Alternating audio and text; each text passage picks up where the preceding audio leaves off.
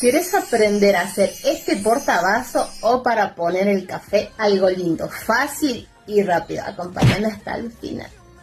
Bueno, yo acá tengo un corte de fibro fácil en forma de estrella y vamos a darle 2 manos de pintura la tiza color roce. Entre mano y mano vamos a dejar secar. Bueno, yo elegí este diseño del multitransfer y con una hojita blanca y la plancha vamos a pasar calor.